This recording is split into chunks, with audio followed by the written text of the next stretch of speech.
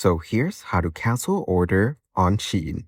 But before we start, if you're new to Shein, you can go ahead and click on my link down in the description to get your free Shein account. After that, you can also get the Shein application. So first up, we will open the Shein app. Once you're here, you will get to see this interface. So now that we're in the Shein app, let's head over to the Me section on the bottom right corner. After tapping on Me, you'll be taken to this page. Over here, you can see My Orders. Let's tap on View All on the right. Once you're here, you'll be able to view all your orders that you've made on Shein.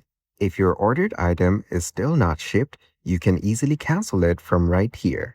But if it's already shipped and it's on the Ship section, you will need to contact customer support by tapping on the option on the top right beside the three dots. Then just explain your issue and they will help you cancel your order. And that's it. That is exactly how to cancel order on Shein.